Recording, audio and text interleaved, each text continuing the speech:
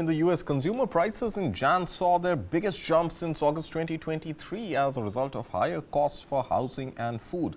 As inflation continues to rise, the central bank, the U.S. Fed, faces tough decisions ahead. More in this report. U.S. consumer prices in January rose by the most in more than a year, reinforcing the Federal Reserve's message that it's in no rush to resume cutting interest rates.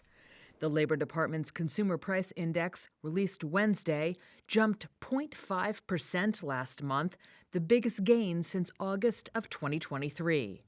That put the annual inflation rate at 3%, higher than economists polled by Reuters had expected. The surge in prices offered a cautionary note to President Donald Trump's push for tariffs on imported goods, which have been panned by economists as inflationary. Trump was elected on promises to lower prices for inflation-weary consumers. High inflation could not only imperil Trump's agenda, including tax cuts, but also potentially prevent the Fed from cutting interest rates at all this year. The central bank started raising borrowing costs in early 2022 to tame decades-high inflation, which had peaked that summer at 9%.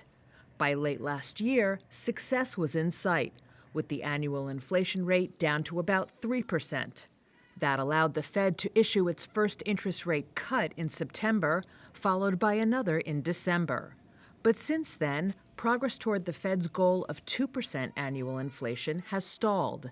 And for now, so too have plans for further rate cuts from the Fed.